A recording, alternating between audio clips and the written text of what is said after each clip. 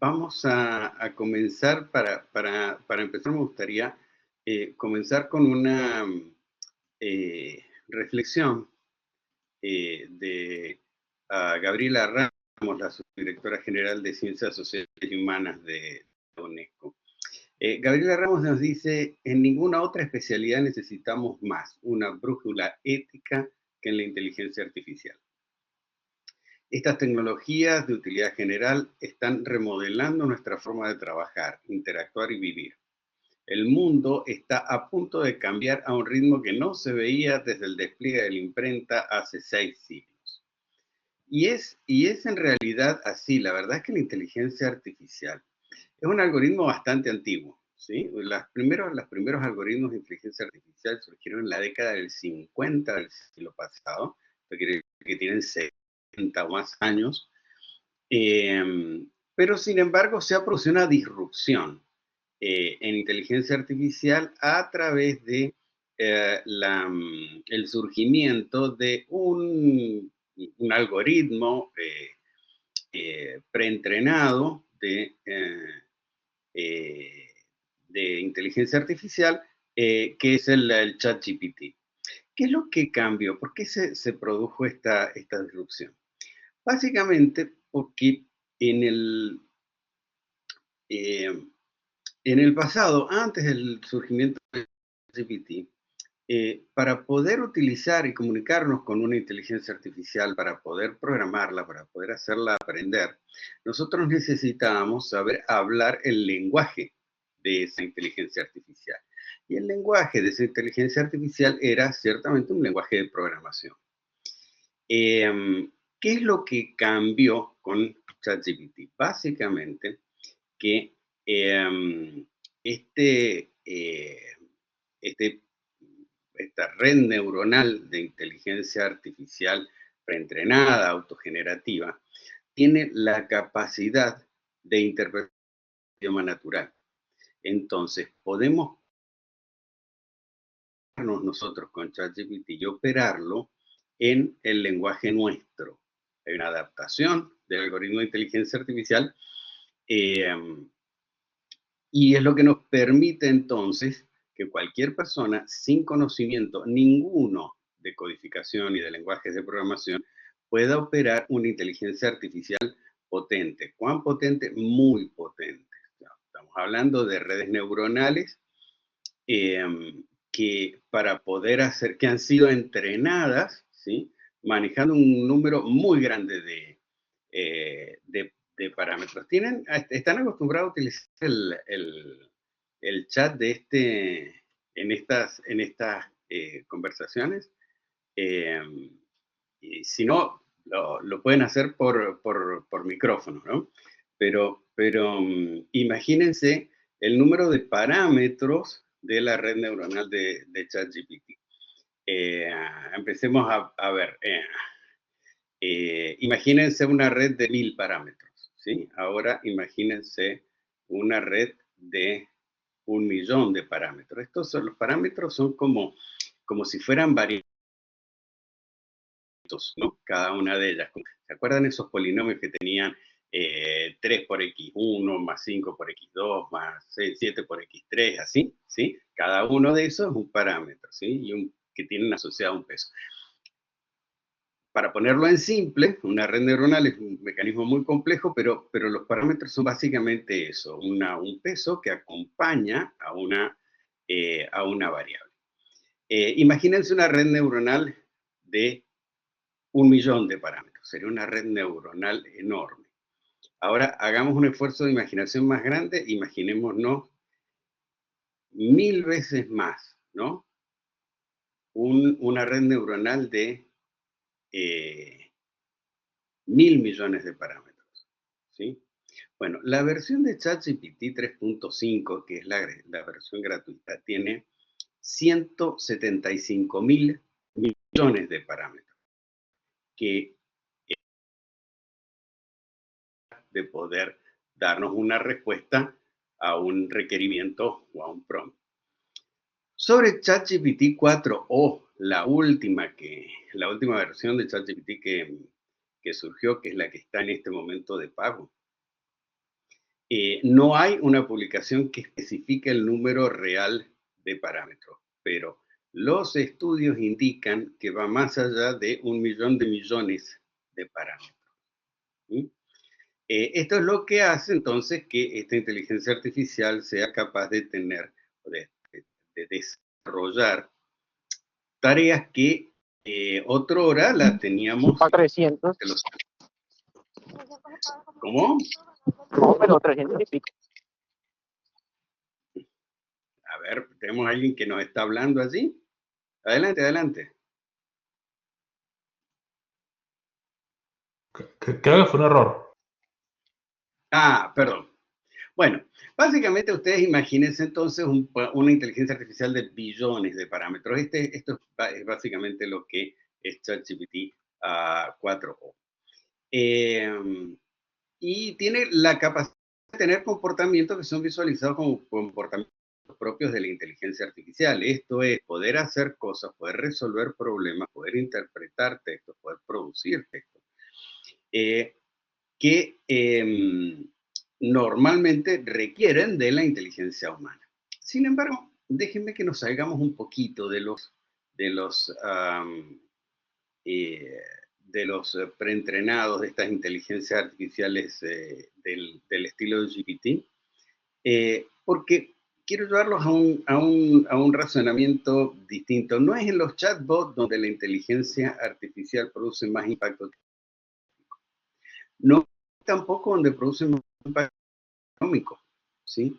Porque la verdad es que la inteligencia artificial hace mucho tiempo que permea todas las disciplinas y por lo tanto tiene repercusiones positivas y negativas muy profundas en la sociedad, en el medio ambiente, en el ecosistema y en particular en la mente humana, porque influye en el pensamiento humano, en las interacciones que tenemos y en la adopción de decisiones de cada uno de los seres humanos. Y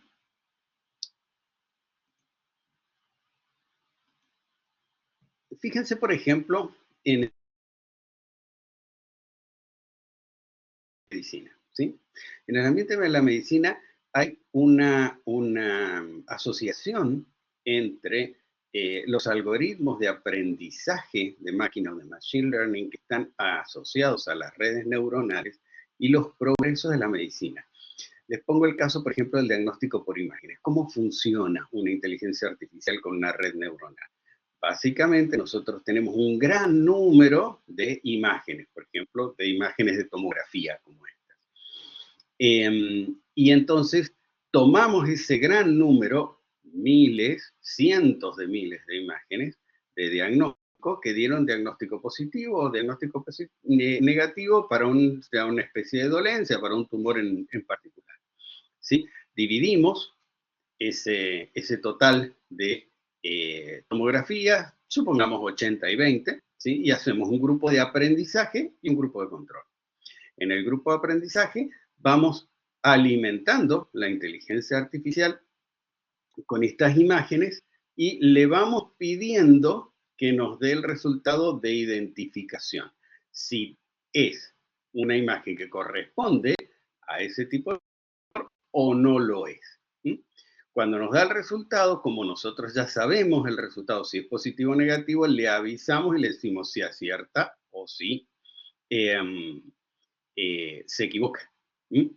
Y entonces tiene un algoritmo interno que lo que hace es ir variando esos coeficientes que acompañan a los parámetros para conseguir disminuir la función de pérdida, que se llama técnicamente. Esto es, para los que gustan de la matemática, una función que utiliza la derivada de cada una de las variables para tratar de conseguir el mínimo de desviación entre el y el diagnóstico que está haciendo de predicción, entre su propia predicción y el diagnóstico real. Cuando termina de ajustar esos parámetros, ¿sí? Entonces terminó el proceso de aprendizaje de máquina. ¿Qué es lo que hacemos? Tomamos el otro 20% y evaluamos cuál es el nivel de acierto y cuál es el nivel de error que tiene para la identificación en este otro 20% en donde nosotros también tenemos los resultados. Y con esto hacemos una cosita que se llama matriz de confusión. Básicamente no es más que una tabla que nos dice cuántos son verdaderos positivos, esto es, predijo que sí había tumor y había. ¿Cuántos son falsos positivos? Predijo que había tumor y no lo había. Y por el otro lado, ¿cuántos son verdaderos negativos? Predijo que no había y no había. ¿Y cuántos son falsos negativos? Predijo que no había y en realidad sí había. Y con esto sacamos una precisión del algoritmo. ¿Cuáles son los niveles que logran los algoritmos de aprendizaje automático en redes neuronales? 99,9%, 99,92, 93, 94, 95. Ahora imagínense cuál es la revolución cuando yo tengo la posibilidad de tomar una tomografía que no tengo el resultado y preprocesarla contra un banco de imágenes de cientos de miles en un algoritmo de aprendizaje que fue entrenado con esos cientos de miles de imágenes, ¿sí? La probabilidad de que me oriente como médico dentro del diagnóstico, el diagnóstico y el conjunto de test lo hacen siempre los médicos, pero la probabilidad de que me alerte sobre algún tipo de dolencia, sobre la existencia de un tumor de este tipo son altísimas. Lo mismo pasa con los ensayos de fármacos, lo mismo pasa con muchas de las utilizaciones de inteligencia artificial en el ámbito de la medicina. Pero no solo en la medicina, fíjense por ejemplo en el campo de las finanzas, ¿sí? Ha tenido enorme aplicación para la prevención de fraudes. Cuando ustedes hacen una operación con tarjetas, sobre todo con las operaciones sobre internet, sobre cajero, ¿sí? El algoritmo tiene un conjunto, fue preentrenado con un conjunto de operaciones en las que se sabía que eran fraudulentas y otro conjunto de operaciones en las que se sabía que no lo eran. Y con asociación de perfil de cliente, qué es lo que es normal para un cliente y qué es lo que es no normal o que nos debería alertar de fraude que no, en otro cliente, ¿sí? Estos algoritmos de inteligencia artificial básicamente lo que hacen es aprender qué es normal y qué es lo que no es normal. Hay algunas cosas que son muy evidentes, ¿sí? Si yo quiero hacer una compra enorme eh, de un producto sobre internet con una tarjeta nueva que no ha sido operada nunca, ¿sí? O si yo tengo muchas compras pequeñas dentro de internet y no uso y no tengo un crédito grande en mi tarjeta de crédito, me aparece una solicitud grande, muy probablemente el algoritmo lo que detecta es que hay una anomalía entre mi perfil de usuario y la operación que estoy haciendo. En este momento no existe, dentro de las fintech, no existe ninguna evaluación o ninguna operación autorizada dentro de finanzas que no tenga un algoritmo de inteligencia artificial detrás que hace que ha sido entrenado para la detección de fraude. Lo mismo nos pasa con la fintech, lo mismo nos pasa con los créditos. No se crean ustedes que cuando vamos al banco a pedir un crédito para cualquier cosa que queramos hacer o para cualquier bien que queramos comprar, el crédito el análisis crediticio nos lo hace el encargado de cuenta. El análisis crediticio lo hace básicamente una red neuronal que está detrás, que utiliza un árbol de decisiones para evaluar nuestro riesgo de no repago de ese crédito en función de un conjunto de parámetros, ¿sí?, que se utilizaron para entrenar ese algoritmo. Lo mismo respecto de el tipo de producto. Lo que ven ahí, por ejemplo, en la gráfica de la izquierda es un diagrama de clustering, que lo que es agrupa los distintos clientes en función de ciertas características y le ofrece productos crediticios distintos a cada uno de esos clientes en función de lo que aprendió con un algoritmo de inteligencia artificial. Lo mismo nos pasa en la industria del entretenimiento, ¿sí? Ustedes han visto que los primeros que empezaron con algoritmos de inteligencia artificial fueron los chicos de Amazon con sus productos y sus libros, ¿no? Desde la época que Amazon vendía solamente libros, ya utilizaba la construcción de perfiles de usuario. La construcción de un perfil de usuario nos permite hacer lo que se llama venta por recomendación. El mismo mecanismo luego lo tomó Netflix, lo tomaron las industrias de entretenimiento y lo tomó Amazon para todos sus productos.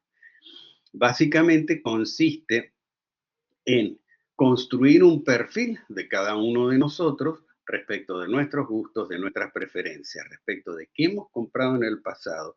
E incluso cuando ustedes van y compran un producto, se fija la gente que compró ese producto y que pertenece más o menos a nuestro grupo de perfil, qué otros productos compraron. Entonces, si compran un celular, les ofrece un adaptador y les ofrece un protector de pantalla y le ofrece un case para llevar el celular. Y como tiene el historial de todo lo que han comprado antes, y son productos que tienen obsolescencia programada, empiezan a aparecerle ofertas de cosas relacionadas con el perfil de ustedes.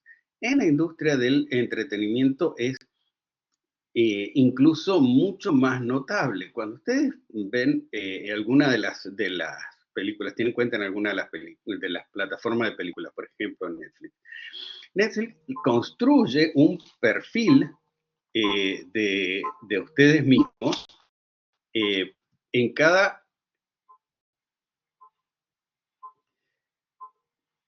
Construye un perfil de ustedes mismos en cada oportunidad. Entonces, ¿qué es lo que hace? Primero se fija qué película vieron, ¿sí? Y dentro de esas películas que han visto, se fija a qué género pertenecen, a qué época pertenece la película, para saber cuáles son los gustos de ustedes. A medida que van viendo películas, va armando un perfil de sus gustos respecto de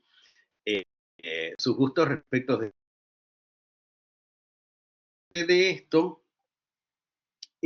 No solo lleva este detalle, sino que también se fija las películas que han visto personas que vieron esta película. ¿Qué otra cosa vieron? ¿Hasta dónde se parece? Y hace un clustering, ¿sí? Un algoritmo de inteligencia artificial de clustering para poder agrupar el tipo de perfil de usuarios que ustedes tienen. Se fija qué actores tiene cada película. Cuando ustedes repiten actores, si ustedes ven siempre la película de Sandra Bullock, si ustedes ven siempre la película de quién, ¿sí? O tienen más tendencia y les ofrece sobre los mismos actores. El algoritmo es tan depurado que se fija también qué películas browsearon. O sea, cuando ustedes van viendo, vieron que aparecen esta listita así de películas y nosotros vamos viendo y las vamos pasando. Se fija no solo cuáles vieron, sino cuáles se detuvieron a verlas, qué tiempo estuvieron con cada imagen, cuáles vieron los trailers, ¿sí?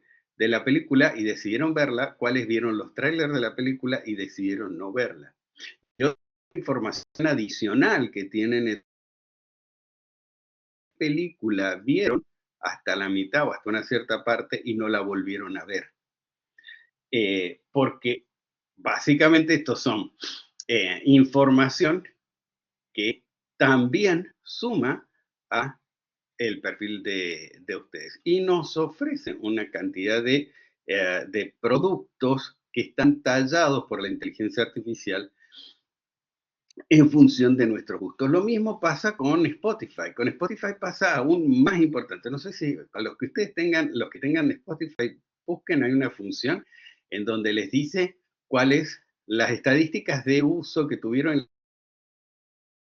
escucharon en el año anterior. Siempre para diciembre aparecen las listas, una lista que la inteligencia artificial prepara en función a los gustos de ustedes. En Spotify encima ustedes tienen la posibilidad de compartir con grupo, con familia, con amigos, distintas listas, ¿sí?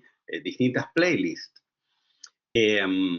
Y hace este mismo algoritmo. Es más, tiene una función que le permite a la inteligencia artificial, si uno la autoriza, a que una vez que termine la lista, elija canciones que sean del estilo de eso. Y lo hace con una habilidad sorprendente. Ustedes cuando tengan una cena en su casa, busquen, creen una lista y déjenla que la continúe. Y es notable cómo las canciones que se selecciona la inteligencia artificial también le gustan, ¿sí? También son de su agrado, están bien elegidas. Esto mismo lo hacen todas las otras plataformas, lo hace Disney Plus, lo hace Apple TV, lo hace Prime, ¿sí? De alguna manera, la inteligencia artificial tiene la capacidad de aprender qué es lo que nos gusta ver y de proponer, accionar para nosotros qué es lo que vamos a ver y qué es lo que vamos a escuchar. Ni hablar de los portales de noticias y los diarios en línea. Olvídense que todos vemos el mismo portal, porque todos vemos el mismo diario. Si quieren hacer la prueba, háganla. Pongan el laptop de ustedes y el laptop de alguno de sus hijos, o si son muy chiquitos, el de alguna otra persona, sobre todo si tiene una década de diferencia en edad. Y van a ver que las noticias que ustedes ven son muy distintas de las noticias que ven las otras personas. Las noticias que ve uno de los cónyuges es distinta de la noticia que ve tu pareja. Y esto ocurre porque básicamente el portal de noticias o el diario crea nuestro perfil y sabe cuáles son los temas que nos interesan y cuáles son los temas que no nos interesan. El problema entonces es que, ¿no han visto ustedes cuando tienen un portal de noticias, tiene una noticia y después dice seguir leyendo y aparece el resto de la noticia y después a veces aparecen dos botoncitos de seguir leyendo? No vayan a creer que es porque no hay espacio en la pantalla para eso. Lo que hace es identificar y asociar al perfil de ustedes la información de hasta dónde esa temática es importante, si es una temática superficial o si es una temática profunda para ustedes. Y lo más importante, una vez que terminan de leer una noticia, la próxima noticia que les aparece es una noticia que ha sido seleccionada por una inteligencia artificial para el perfil de ustedes. Lo mismo pasa con las redes sociales. En las redes sociales nosotros vamos alimentando y creándole, enseñándole al algoritmo cuáles son las personas cercanas, cuáles son las historias que nosotros consultamos siempre que aparecen, cuáles son aquellas que comentamos, cuáles son aquellas temáticas en donde participamos, cuáles son las interacciones que privilegiamos. Y las noticias, las publicidades y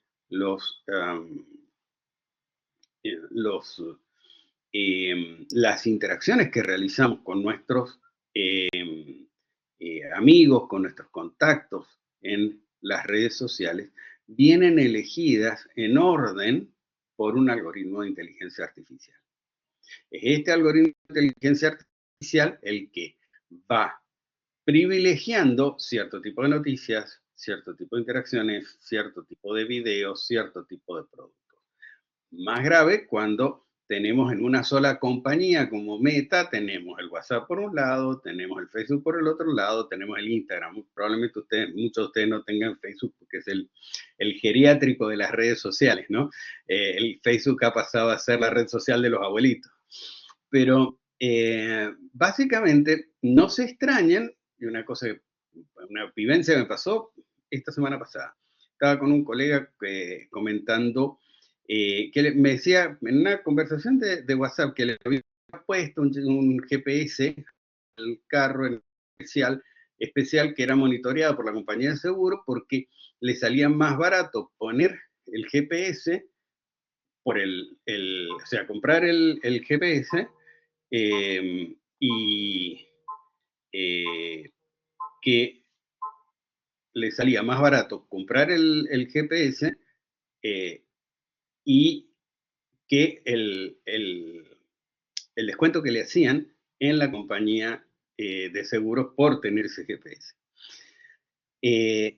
¿Y qué es lo que me pasó? Cuando abrí Instagram me apareció una propaganda de GPS. Esto quiere decir, tomaron, por más promesas que haya de privacidad y de encriptación punto a punto de estas conversaciones que tenemos a través del chat de WhatsApp, tomaron la información e inmediatamente la comercializaron y a mí me empezaron a aparecer en Instagram las ofertas de GPS para automóviles. Entonces, no solo tenemos una cantidad de información asociada a nuestro perfil, sino que toda nuestra información queda asociada y todo lo que escribimos, lo que compartimos, lo que nos comparten, todos los videos, los links que nos dan, aún los videos que nos parecen horribles y los borramos, ¿sí? Nos quedan asociados y queda asociado que nosotros los borramos, o sea que eso no nos gusta en el perfil en nuestro perfil de redes sociales. Con esta información, el algoritmo de inteligencia artificial que construye, ¿sí? 24 horas al día, 7 días a la semana, nuestro privilegia entonces qué es lo que nos llega o qué es lo que vamos a ver o cómo vamos a interactuar en las redes sociales. Existen ejemplos mucho más importantes de este tipo de control, como por ejemplo del gobierno chino. El gobierno chino tiene sus propias redes sociales y no le permite al ciudadano habilitar una cuenta de un chip de celular si no hace el escaneo de su rostro con el teléfono. O sea, es imposible que uno compre una línea de celular y no haga la verificación de rostro. Cuando hace la verificación de rostro, el gobierno chino tiene literalmente cientos de millones de cámaras callejeras y entonces tiene la información no solo de lo que compartimos en las redes sociales, no solo lo que interactuamos, no solo las noticias que leemos, no solo los comentarios que hacemos, sino también dónde estamos posicionados por la geolocalización de nuestro teléfono y aún si decidiéramos apagar el teléfono, por dónde pasamos, por delante de qué cámara vamos pasando. ¿Sí? Esto trae planteamientos éticos sin ninguna duda. UNESCO en ese sentido propone construir una brújula ética respecto a la ruta que sugiere para esto, una ruta bastante clásica, bastante tradicional. Dice, partamos de valores, adherimos a principios y después establecemos las políticas. ¿Sí? Los valores que propone son el respeto, la protección y promoción de los derechos humanos, las libertades fundamentales, la dignidad humana, el hecho de vivir en una sociedad pacífica, justa, interconectada, asegurar la diversidad, asegurar la inclusión, y los principios que se derivan son los principios de dignidad, ¿no? Los principios de derechos humanos, de igualdad de género, de justicia, de bienestar. Para esto preparó en el 2020 recomendación ética sobre la inteligencia artificial, que fue una de las primeras en donde hace un marco, ¿sí?, de valores y políticas. ¿Cuáles son las preocupaciones que nosotros notamos en la comunidad, yendo a la comunidad educativa, sobre todo para los que están aquí y están en carreras de educación? Pero también para los demás, porque es una reflexión respecto de las carreras universitarias y están por iniciar un posgrado. Hay una preocupación discursiva, ¿sí?, sobre los riesgos éticos de la inteligencia artificial que está presente en todo discurso actual. Hablan con profesores y dicen, sí, los problemas éticos, no hay ninguna charla, no hay ninguna ponencia en donde no se hable de los éticos de la inteligencia artificial. Pero si nosotros tratamos de profundizar un poquito, a muy poquito de andar no hace falta hacer gran detalle en el análisis, nos damos cuenta que no pasan de algunos temores elementales, el temor a que los estudiantes se apropien de ideas de otro a través de la inteligencia artificial, a la entrega de ensayos que estén generados por inteligencia artificial sin que el estudiante haya construido el aprendizaje. Cuando surgió Internet era el copiar y pegar para hacer un trabajo y entregarlo, ahora encima es darle las instrucciones en un prompt a la inteligencia artificial y que la inteligencia artificial me escriba el trabajo. De hecho, aparecen las publicidades en Instagram a cada rato de herramientas de inteligencia artificial que se suscriben y se compran específicamente para hacer trabajos para la universidad. El otro temor es la respuesta a los test objetivos con ayuda de inteligencia artificial. La verdad es que la inteligencia artificial resuelve con solvencia alrededor del 90% de las preguntas de los exámenes de opción múltiple. Y el otro temor, que es un poco más profundo y más de especialista, es a las afirmaciones erróneas que hagan los bots autogenerativos por alucinación, que es una alucinación de una inteligencia artificial, cuando la inteligencia artificial arroja resultados que no están asociados a información que tenga, sino que infiere una información que no tiene y entonces nos da una información errónea. Este fenómeno de alucinación es bastante común y es muy divertido hacer alucinar a ChatGPT. Es mucho más fácil hacer alucinar al 3.5 que al 4.0. Es mucho más complejo porque estamos hablando de billones de parámetros, entonces es mucho más difícil, mucho más infrecuente el fenómeno de alucinación. Pero en ejercicio para aprender a redactar prompts de inteligencia artificial, uno de los ejercicios que más ayuda y más enseña es el al robot. Ahora, si ustedes se fijan, si toda la mirada está focalizada en un argumento de alcance corto, que está muy inspirado en evitar que el estudiante haga trampa, ¿sí? Y esta es la preocupación más común que tiene la comunidad educativa.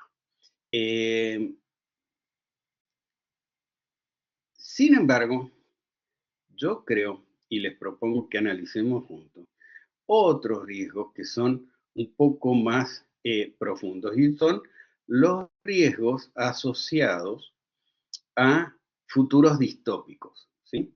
Siempre que surge una herramienta disruptiva, una herramienta de tecnología disruptiva, aparecen temores, o una tecnología, aparecen temores sobre futuros distópicos, así como esos futuros horribles que degradan la calidad de vida de la humanidad entera, ¿no? Por otro lado, surgen futuros utópicos, esto es, futuros en donde esa herramienta mejora la calidad de vida en general de toda la población. Ahora, ¿cómo se hace para prevenir las consecuencias no deseadas de una tecnología o de una inteligencia, en este caso de la inteligencia artificial? A ver, la lucha nunca es contra la herramienta, ¿sí? No lo fue en las tecnologías de las tejedoras industriales a vapor de la primera revolución industrial. Luchar contra las máquinas no fue la solución. No lo fue con la tecnología nuclear, no tiene por qué serlo con el resto de las tecnologías de la inteligencia artificial. No es el camino de encontrar el camino a prohibir las tecnologías. Lo que tenemos que desarrollar es, desde el sistema educativo, la conciencia colectiva, una conciencia colectiva de que ese futuro distópico puede existir y la creación de esa conciencia colectiva nos hace acercarnos al futuro utópico y alejarnos del futuro distópico. Esto ha ocurrido con cualquiera de las tecnologías. Y el sistema educativo es la herramienta eficaz que la humanidad ha utilizado para alejarnos de futuros distópicos. Por ejemplo, con el cuidado del agua, ¿sí? A mis padres no le enseñaron a cuidar el agua. Mis padres a mí no me enseñaron a cuidar el agua. Sin embargo, si yo dejo un grifo abierto, vienen cualquiera de mis dos hijos, me miran con una cara de odio, y como diciendo, me estás dejando sin agua el planeta, ¿sí? Y me cierran el agua. ¿Dónde se produjo el cambio? ¿Qué fue lo que hizo si no fui yo el que les enseñó? Les enseñó el sistema educativo. El sistema educativo creó una conciencia colectiva del riesgo de un mundo sin agua. Y como creó esa conciencia colectiva del riesgo del mundo sin agua, enseñó a las nuevas generaciones a cuidar el agua. Lo mismo lo hacemos con la capa de ozono. Acuérdense ustedes el riesgo, el futuro distópico de que vamos a terminar todos con afecciones horribles en la piel, y la causa natural de muerte de la especie humana iba a ser el cáncer de piel porque estábamos con agujeros en la capa de ozono y con disminución el espesor de la capa de ozono. Se creó una conciencia colectiva respecto de la posibilidad de ese futuro distópico. Se empezaron a cuidar la sociedad, la industria empezó a prohibir los gases que afectaban a la capa de ozono, y hace 10 años que el problema de la capa de ozono, el futuro distópico no ocurrió. Lo hacemos con la conciencia de la contaminación con los combustibles fósiles, lo hacemos con la conciencia incluso de la reutilización de residuos. Es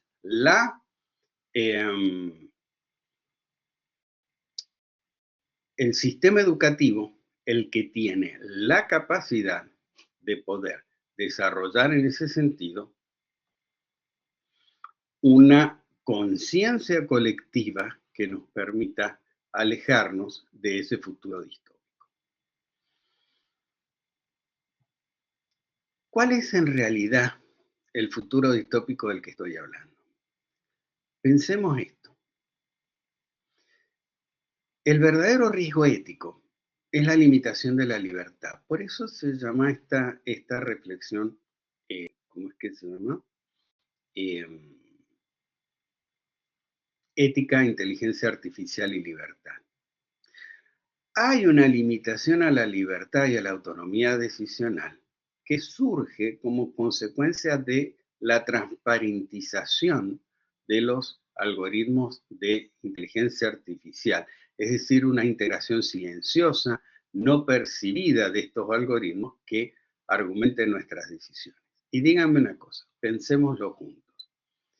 Si Google Maps y Waze, ¿sí?, entregan el registro de secuencia de nuestra localización en tiempo y en cada uno de los puntos del planeta 24/7, pues lo tenemos habilitado en nuestro celular, ¿sí?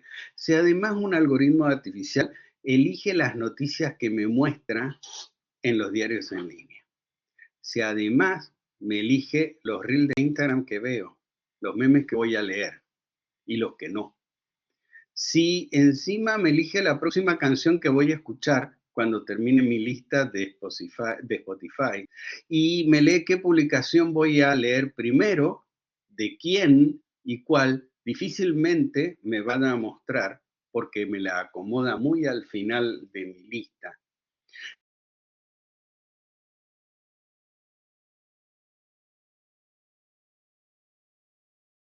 De lo que escribo y registra mi estado de ánimo cuando interactúo con cada una de las personas, o cuando reacciono, o cuando hago un comentario, o cuando escribo y hago un chat de WhatsApp con alguien. Si la inteligencia artificial utiliza toda esa data que le entrego inconscientemente para despertarme un deseo y convencerme de que no es un deseo, sino que es una necesidad y por lo tanto debo adquirir tal o cual producto. ¿Hasta dónde mis decisiones son mías? Y hasta que me eligió hasta las noticias, las lecturas, las relaciones, está decidiendo por mí lo que elijo comprar, lo que argumento o lo que voy a votar.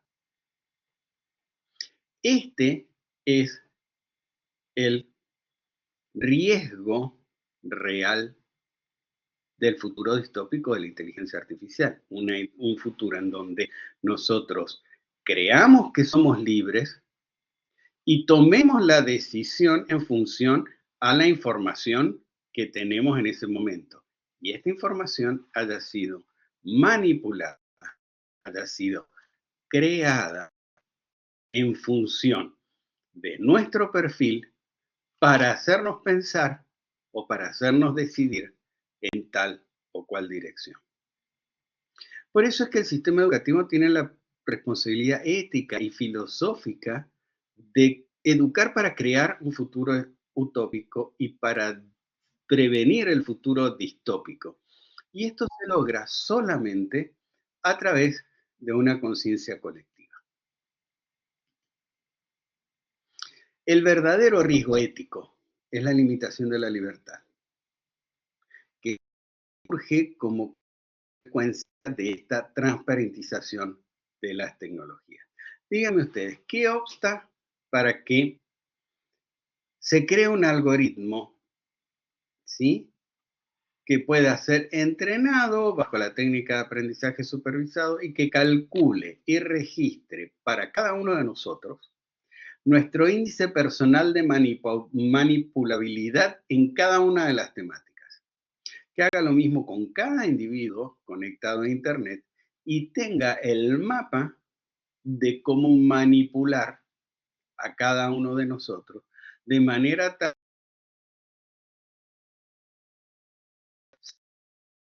para nuestra elección, en realidad estemos decidiendo en función a los criterios, a los consejos, a las propagandas y a la interacción que la inteligencia artificial eligió privilegiar que tuviera, y a la no interacción que la inteligencia artificial, el algoritmo de inteligencia artificial eligió que yo no tenga. En conclusión, las tecnologías están remodelando nuestra forma de trabajar, de interactuar y de vivir, y este cambio va a tener un impacto desde que creamos un lenguaje, ¿sí? Un impacto tan grande como cuando creamos un lenguaje para escuchar y aprender de nuestros antepasados y para enseñarle a las generaciones que no nacen como fue la imprenta. La inteligencia artificial permea todas las disciplinas, salud, negocio, entretenimiento, periodismo, y por ello se impone la necesidad de una brújula ética que nos oriente. La propuesta de UNESCO orienta sobre 4 principios y 10 valores fundamentales sobre las cuales deberíamos orientar esta política, y el sistema educativo es el que debe, de alguna manera, ¿sí?, y asumir el desafío profundo y de largo plazo que está asociado con la creación de una conciencia colectiva que nos aleje de los futuros distópicos. El problema más grande a pensar, el dilema a resolver, es cómo la inteligencia artificial y su potencia de manipulación va a afectar nuestros conceptos de libertad de decisión. La educación tiene por delante un mandato ético especial en la era de la inteligencia artificial. El desafío del sistema de educación es la creación de esta conciencia colectiva, de la necesidad de actuar en defensa de nuestra propia libertad y de nuestra autonomía decisional ante un futuro de transparentización de la inteligencia artificial y de sus capacidades de manipularnos. Eso es todo, muchas gracias. Y abrimos la ronda de preguntas. No sé, doctor Luis, si prefiere que lo hagamos con micrófono abierto o con preguntas que estén en el chat.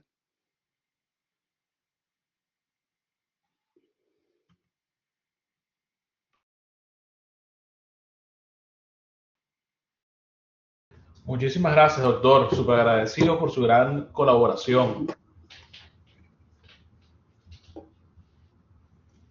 Me dice si prefiere que a las preguntas las leemos del chat o si abrimos los micrófonos para los... No son tantos, es un grupo grande, pero no son tantos, podríamos hacerlo directamente con micrófono. Yo también creería que mejor lo hacemos con micrófono, así conversamos un poco con ellos. Los que quieran pueden levantar la mano y damos la palabra. Jonathan. Sí, muy buenas noches. Saludos a todos aquí presentes. ¿Me pueden escuchar bien? Sí, perfectamente. Sí. Sí, respecto a lo que el doctor estaba hablando acerca de la ética, ¿verdad? Y cómo parecería, ¿verdad? Algo un poco, ¿verdad? Utópico, ¿verdad? Parecería más, como yo digo, como de película. Decir, ¿verdad? ¿Dónde podría llegar? Por lo menos yo como profesor, actualmente pues yo tengo mis estudiantes y yo sí he introducido la inteligencia artificial y más que nada los he educado de cómo utilizarlas correctamente y hasta dónde, ¿verdad?, podemos utilizarlas para beneficio de todos nosotros. En cuanto a la clase que yo doy, pues me da la libertad el método de evaluación, utilizar otros tipos de métodos de evaluación donde literalmente ellos no pueden utilizar inteligencia artificial porque son evaluaciones prácticas. En el caso mío, yo soy profesor de enfermería. Y pues ahí pues ellos están en una práctica en vivo con un paciente y ahí es diferente. Pero en cuanto a lo que viene siendo la teoría, pero en cuanto a lo ético, ya no estamos viviendo parte de lo que el doctor habló, por ejemplo, los perfiles, estos perfiles que crean de nosotros artificialmente como el machine learning, ¿verdad? Lo que viene siendo Netflix, Spotify, ¿qué tanto yo estoy eligiendo o yo me creo, ¿verdad? Como usuario que estoy eligiendo seleccionar y pienso que es mi libertad lo que estoy tomando. En el caso mío, yo tengo, ¿verdad?, unos estándares como maestro.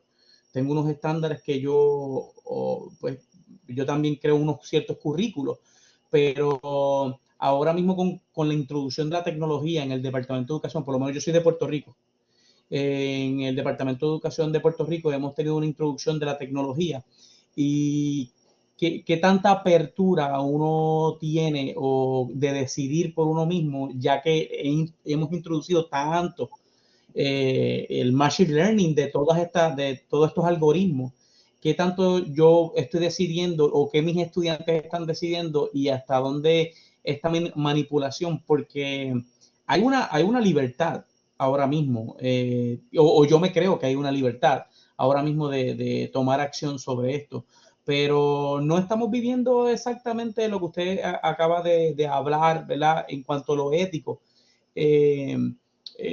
Me recordó un documental que se llamaba Social Dilemma, que estuvo en Netflix, donde creaba literalmente los CEO de Facebook, de Google, ex CEO, hablaron abiertamente y dijeron que prácticamente para estas grandes compañías nosotros somos un profile, somos eso mismo, como un monigote dentro de esto y hasta dónde realmente nosotros como educadores podemos sernos parte de esto o realmente tenemos que frenar un poco lo que viene siendo este tipo de tecnología.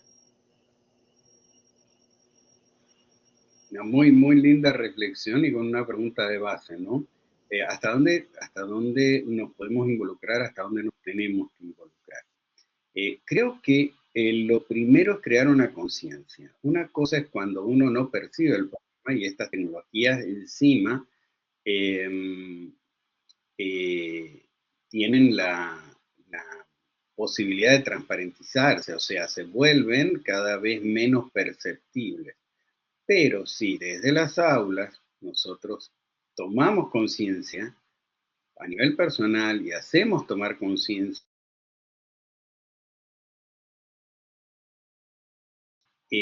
no se puede dejar a la inteligencia artificial elegirnos las noticias.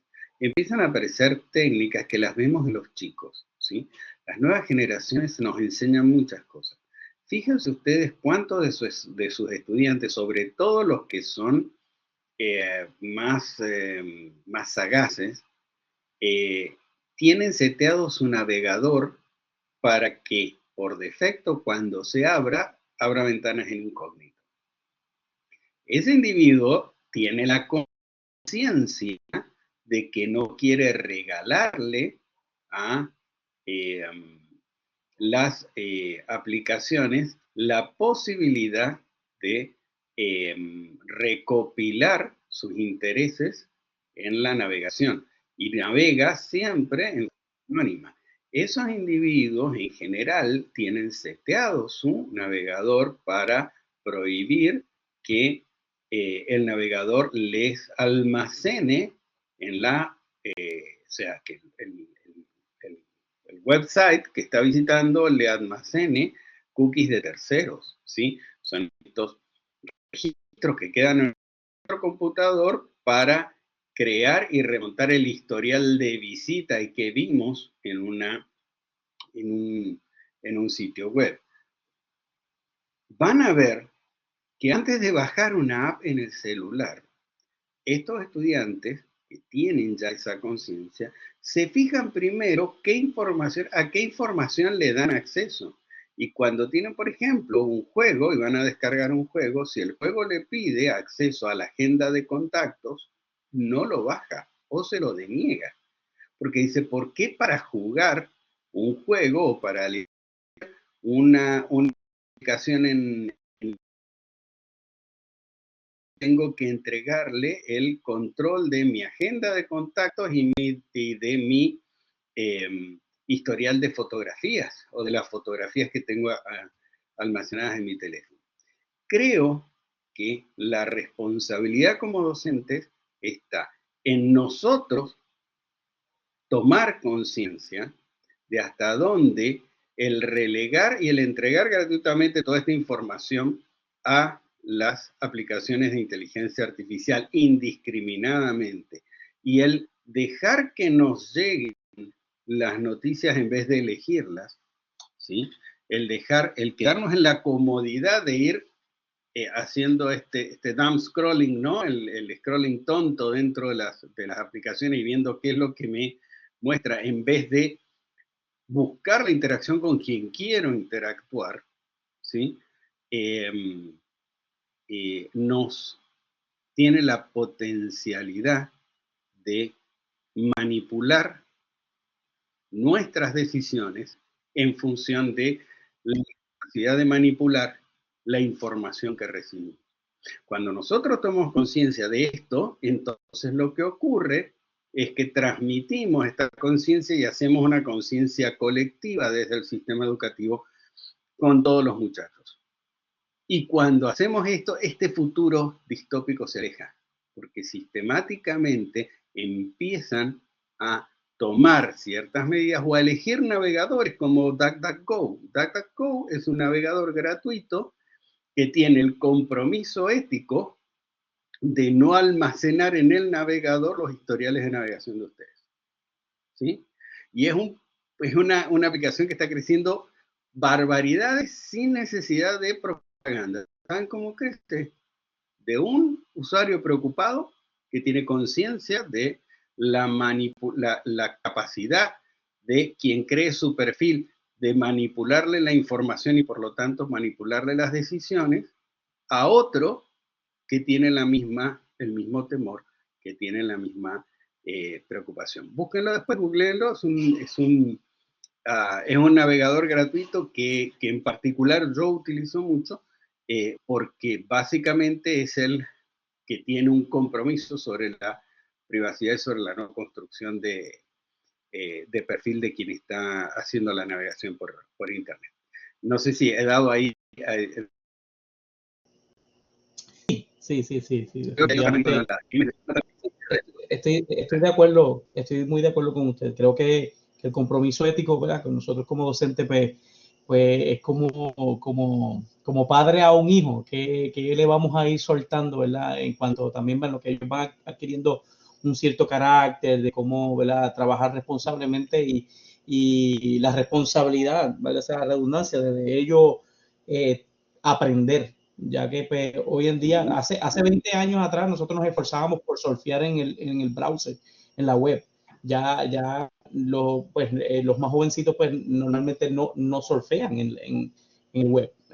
Simplemente pues exacto, se quedan con esa primera alternativa que le puede dar y más cuando se tienen unos recursos tan poderosos como viene siendo la inteligencia artificial. Yo también uso DuckDuckGo, también lo uso en mi celular personalmente, por cuestiones de almacenaje de cookies. Pero sí, no, definitivamente creo que no se nos puede salir de las manos a nosotros como docentes en cuanto al despliegue de la información que nosotros les vamos a dar y qué tan permisivos creo que nosotros podemos ser en cuanto a la aceptación de ese trabajo, de ese ensayo, ¿verdad? Y creo que la integración del profesor con el estudiante, de conocer el pensamiento crítico del estudiante, que no haya incongruencia en su vocabulario y en el trabajo escrito. Yo digo que esa es la manera donde ellos se divulgan de si utilizaron la inteligencia artificial o no, ¿verdad? Porque es incongruente muchas veces de cómo ellos hablan a lo que te entregan. Pero definitivamente, muchas gracias. Excelente despliegue de información. Gracias. Hay una cosa que me llamó la atención, es exactamente como con los hijos, pero desde un sentido particular. Nuestros hijos no hacen lo que nosotros les decimos. Nuestros hijos hacen lo que nosotros hacemos. Si nosotros queremos que nuestros hijos tengan conciencia de la amenaza a la autonomía decisional y a la libertad individual que viene asociada a la manipulación de la información o al sesgo de la información que nos llega a través de las distintas herramientas por los algoritmos de inteligencia artificial, la única manera de que ellos tengan ese mismo cuidado y tengan esa misma conciencia es que nosotros la tengamos. Porque los hijos no hacen lo que les decimos, los hijos hacen lo que nosotros. Adelante, doctor Torres. Bueno, en sentido general, de verdad que hoy hemos aprendido muchísimo de la parte de la ética, de la parte de cómo influye en nuestro día a día, en nuestras decisiones. Cada vez que prendemos nuestros computadores sin darnos cuenta, estamos tomando decisiones importantes que en el futuro pueden o no tener un tipo de consecuencias para con nosotros y responsabilidad para con todo. Así que, doctor, muchísimas gracias por el día de hoy. Tenemos algunas manos todavía levantadas. Tenemos preguntas todavía, ¿no? Sí. Tenemos 4 manitos levantadas. Vamos a tenerlos. Jonathan, cuéntanos.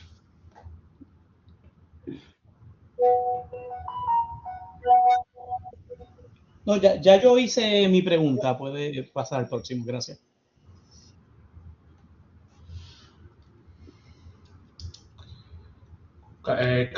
Vamos. Muy buenas noches, doctor Correa. Primero que todo, agradecerle por la charla muy interesante. Quisiera preguntar un par de observaciones. Creo que el tema ahorita de inteligencia artificial es un cambio de casi que de juego total. Puede llegar a generar un impacto, bueno, seguramente va a tener un impacto muchísimo mayor, inclusive que generó la máquina de vapor, tal vez comparable con el descubrimiento del fuego. Y uno de los temas de estos cambios de paradigma tan grandes, por lo menos cuando yo lo veo, es que no se sabe las repercusiones que va a tener ni eso a dónde va a parar. Cuando se creó la máquina de vapor, nadie sabía eso a dónde iba a dar a parar. Fue teniendo su evolución y el ser humano la fue utilizando y llegó a sitios donde era imposible predecir antes de su existencia y de su evolución. Yo creo que ahorita estamos en una situación actual, así de ese tamaño, inclusive mayor. ¿Por qué? Porque el ser humano dentro de la naturaleza ha tenido la capacidad de hacerse, digamos, encima, como en la punta de la pirámide de muchos aspectos, sobre el resto de los seres de la naturaleza, básicamente por su inteligencia. no por fuerza, no por velocidad, no por ninguna otra habilidad, simplemente por la inteligencia. Y justamente en este cambio de paradigma, lo que estamos haciendo es creando inteligencia en las máquinas. O sea, estamos dándole a las máquinas eso que nos ha hecho superior a los demás seres que existen en la naturaleza. La pregunta entonces que yo me hago es, si estamos entregando ese proceso de inteligencia a las máquinas, ¿cómo asegurarnos para que el ser humano todavía sea el que maneje la inteligencia, el que maneje la máquina? Ya se hacen cálculos, unos más cortos, otros más largos, pero todos a muy corto plazo de cuando la inteligencia artificial podrá llegar a equiparar la inteligencia de un ser humano. Entonces, yo creo que un tema clave es el control que el ser humano logre tener sobre la inteligencia. Entonces, ese es yo creo que es el desafío, el control sobre la inteligencia. A nivel de la educación, tenemos una situación y es que cuando se nos habla de crear una conciencia, el problema es que no hay una educación. No hay una educación, hay infinidad de enfoques de la educación y algunos con unos puntos de vista diametralmente opuestos. Entonces, crear conciencia no sé cómo puede llegar a ser posible cuando tenemos tantas maneras tan diferentes de concebir la educación. Cuando se hacen tantas investigaciones en la educación, pero nunca somos capaces los profesores de aterrizarla en el aula de clase. Hay una brecha grande entre lo que se sabe de cómo debe ser la educación y lo que se implementa. Ni siquiera sabemos cuál sería el ideal de valores que deberíamos perseguir. En este momento hay una variedad de posiciones en cuanto a los valores claves que creo que nunca en la historia de la humanidad ha existido. Entonces, aunque la propuesta de crear esa conciencia y a través de la educación me parece interesante, hay esos retos que son muy delicados, muy complejos. Entonces, ¿cómo hacer para que la educación responda a la inteligencia? Bueno, es interesante la charla, tenemos que seguir charlando sobre estas cosas para tener algún día alguna medida idea de qué hacer con esto que estamos creando, casi con estos seres que se están creando poco a poco. Doctor, quería simplemente hacer esa pequeña reflexión y agradezco mucho nuevamente su aporte porque de verdad que da una luz muy interesante. Muchísimas gracias. Muchas gracias, Carlos. A ver, no temas en que la creación de una conciencia requiere de un acuerdo complejo y curricular. No lo requiere. No requiere tampoco ni siquiera de una comunión absoluta de cuáles son los valores sobre los cuales vamos a enseñar. Y diciendo un poquito de que en las escuelas de pensamiento respecto de la educación haya tanta diversidad respecto de los valores. Me parece que en la parte valórica es donde más coincidencia hay. Hay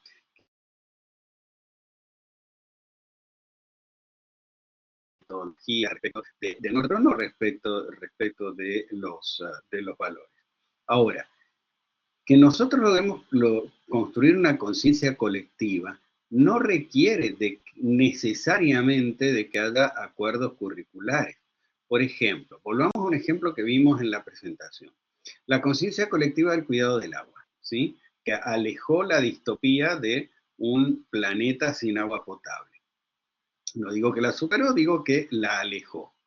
Esta conciencia nació de un acuerdo curricular serio de cómo en cada una de las asignaturas íbamos a poner transversalmente la temática de la conciencia del cuidado del agua. No, la conciencia se fue generando desde el cuerpo profesoral, los propios profesores con una actitud de cuidado del agua y abordando transversalmente en algún momento, en alguna conversación, desde pasillo hasta discusiones en los proyectos educativos, esta conciencia y se logró construir. Ciertamente han aparecido dentro de lo que es algunas de las asignaturas, han empezado a aparecer en las currículas primarias el tema de ecología, ha empezado a aparecer en ciencias sociales y en ciencias naturales, el tema de la ecología, y entonces se insertaron más fácilmente, pero no nació como requisito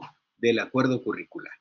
Entonces, lo que es que, por un lado, tenemos más acuerdos respecto de los valores, y por el otro lado, que no se requiere como condición necesaria para la creación de una conciencia colectiva el hecho de tener un acuerdo curricular único y sólido en la comunidad educativa. No sé si responde tu pregunta y tu comentario. No, claro, solamente una observación mía y muy interesante las observaciones que usted hace sobre lo que yo digo y le agradezco infinitamente. Muchas gracias. Muy bien, creo que estamos ahora sí, doctor Torres, arribando al final de la jornada. Así es. Así que le cedo el uso de la palabra. Perfecto. Bueno, muchísimas gracias. Primero que nada por toda tu participación el día de hoy, doctor. Sabemos que apreciamos muchísimo tu tiempo. Y como siempre, bueno, les recuerdo a todos que ya estamos llegando al final. Sin embargo, cada 2 semanas hacemos este tipo de workshops donde invitamos a todos nuestros nuevos alumnos. Así que todos siempre bienvenidos y les estaremos enviando la invitación para el próximo workshop a través de WhatsApp a partir de finales de esta semana. ¿Ok? Hola, buenas noches. Tenemos 2 manitos levantadas, probablemente. Younger, ¿qué tal? Sí, hola, ¿me escuchan? ¿Cómo estás? Muy bien, buenas noches. Justo se me desconectó el audio, porque estoy detrás del teléfono, entonces alcancé a conectarme un poco. Ahora es la pregunta. Quería agradecer, primero que nada, la exposición, y quisiera hacer más, no sé, una reflexión, sino un planteamiento de una situación que yo creo que me tiene un poco complicado con respecto a la educación universitaria, que tiene que ver no solamente con la inteligencia artificial, sino con el uso de la tecnología, que hoy día, a mi juicio, se está utilizando la tecnología como un fin y no como un medio. Me explico. Hace programa, enseñan en la universidad a utilizar programas, por ejemplo, de remuneraciones, pero los muchachos, si tú les dices cómo se debe calcular, no lo saben hacer a mano, no saben, si no es por el programa, no saben utilizar otra herramienta que no sea el programa. Entonces yo creo que la inteligencia artificial hoy día también se está viendo como un fin y no como un medio, que es de apoyo, que es de ayuda y que no quita la reflexión, que no quita la crítica, que no quita esos elementos que son fundamentales dentro del aprendizaje de la persona. Entonces no sé si también está relacionado con la ética o con la moral o con lo que conlleva a la responsabilidad institucional de justamente entregar estas herramientas como un medio y no como un fin. Mira, es un temor bien fundado. Es un temor bien fundado. Yo te voy a decir cómo hacemos nosotros aquí en VIA-U. En VIA-U nosotros trabajamos con casos, instamos a que ustedes utilicen las herramientas de inteligencia artificial, pero sistemáticamente lo que vamos a buscar ustedes utilizaron en cada una de las decisiones de cada uno de los casos, de manera tal que no aparezca una delegación de las facultades superiores que construyen el aprendizaje en la propia herramienta. Yo creo que tienes un punto ahí, es un punto importante. No sé si es dentro de lo que es riesgo ético, pero sí con seguridad es un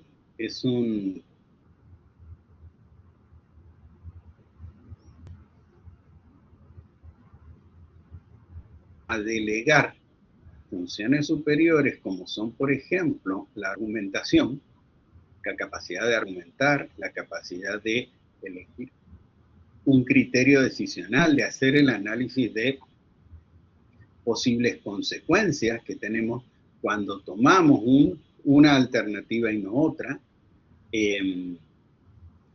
y delegar esto en la herramienta ciertamente tiene su riesgo. Lo que nosotros tratamos de hacer básicamente es incorporar la herramienta, instarlo a que incorporen la herramienta, pero que no deleguen la elección del criterio decisional y el análisis de las posibles consecuencias de cada una de las decisiones que se toman en un proyecto o en un caso para su resolución. Este es básicamente, igual se nos ha desconectado, ha tenido problemas con su celular, pero bueno, queda grabada la masterclass y la sesión. claro. Tenemos también a Luis Fernando.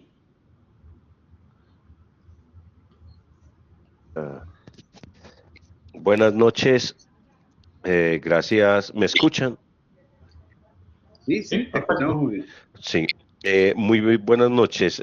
Muchas gracias por la charla, muy interesante.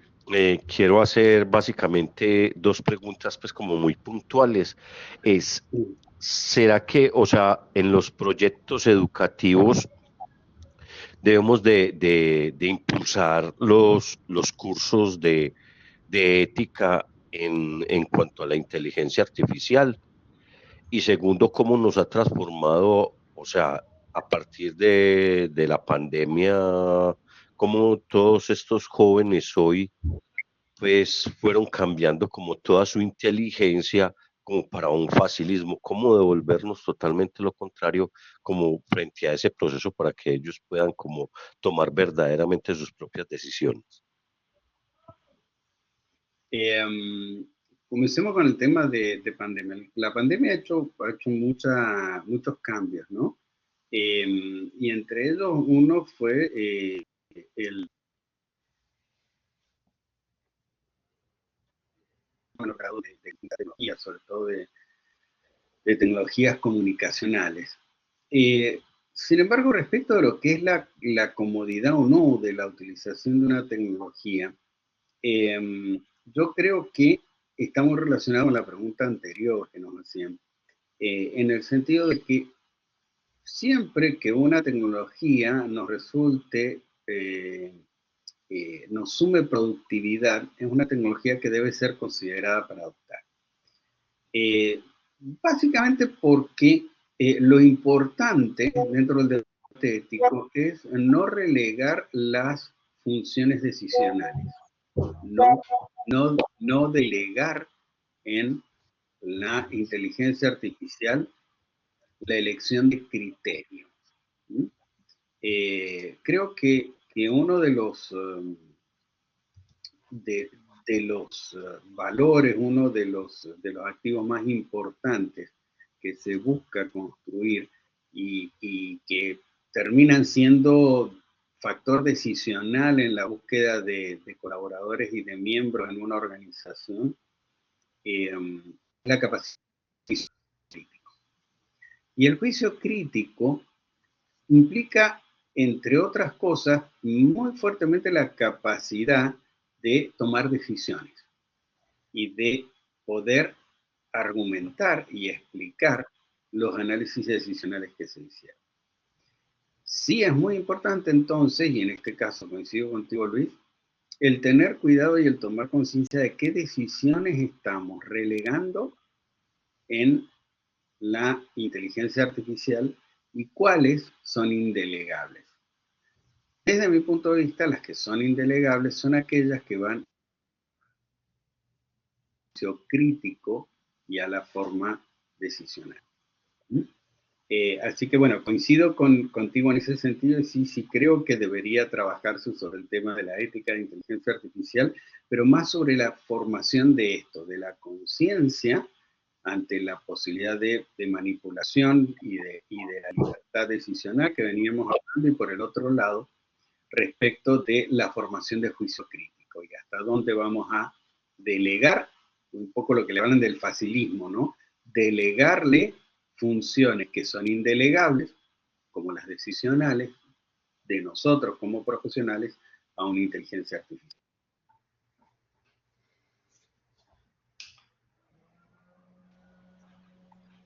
No sé si contesta allí la pregunta. Sí, doctor, muchas gracias. Muy bien. Ahora sí creo que hemos llegado al final, doctor Torres. Así es, así que muchísimas gracias a todos, súper agradecido por su presencia el día de hoy y nada, nos vemos dentro de 2 semanas para el próximo futuro taller de Student Care. Ahí nos estará acompañando el doctor José Miguel del Río, coordinador de la Escuela de Business. Haremos, también trataremos un tema sobre inteligencia artificial. Los esperamos. De verdad, muchísimas gracias por participar el día de hoy. Les haremos llegar aproximadamente para finales de esta semana información sobre el siguiente taller. Muchísimas gracias y que pasen un Muy excelente. bien, Hasta luego. que tengan todos muy buenos días. Muchas gracias, buenas noches.